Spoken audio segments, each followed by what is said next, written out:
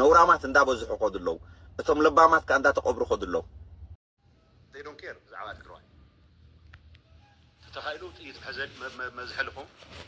ተዘይኹንቱም ቦታታት ልትቀቢልካ ትምክተሉ ሁነታት ትፈጥር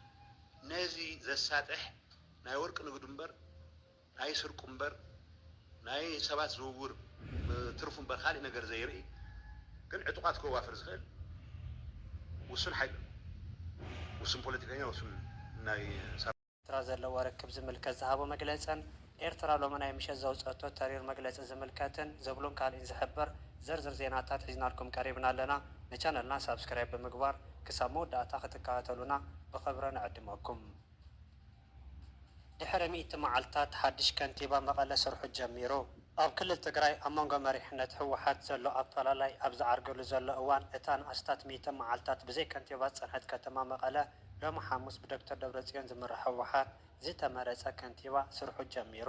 ዶክተር ረዳእ በርሀ ህዝቢ ዝገበረሉ ፃውዒት ነቲ ስራሕ ከም ዝጀመሩ ክገልጽ እንከሎ ብግዚያዊ ምምሕዳር ዝተሾመ ኣቶ ብርሃነ ገብረ ኢየሱስ ግን ዕልዋ መንግስቲ ክብል ፀዊዕዎ ኣሎ እዚ ቅልጡፍ ምዕባለታት ፕሬዚዳንት ግዚያዊ ምምሕዳር ክልል ትግራይ ኣቶ ጌታቸው ረዳ ኣብ ኣዲስ ኣበባ ኣብ ዘለወሉ እዋን ተፈፂሙ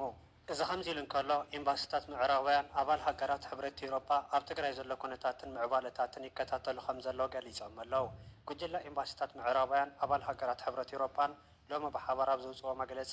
ኣብ ትግራይ እናገደደ ዝኸይድ ዘሎ ወጥረን ቀፃሊ ምዕባለታትን ዝበልዎ ኩነታት ይከታተሉ ከም ዘለዎ ገሊፆም እቶም ወከልቲ ምዕራባውያን ሃገራትን ሕብረት ኤውሮፓን ኣብ ዘውፅኦ ሓባራዊ መግለፂ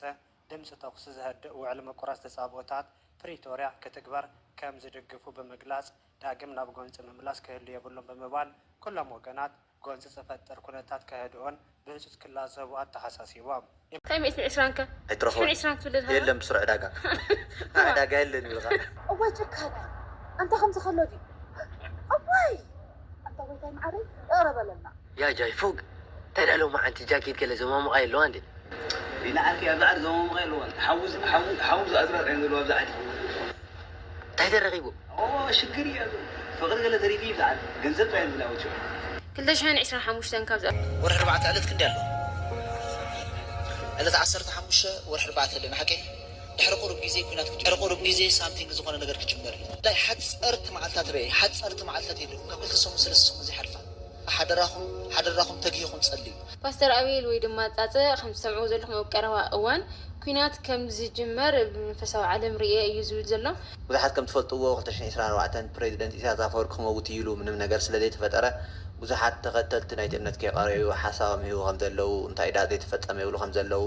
ብዙሓት ንፈልጦ ሓቂ እዩ ኣብዚ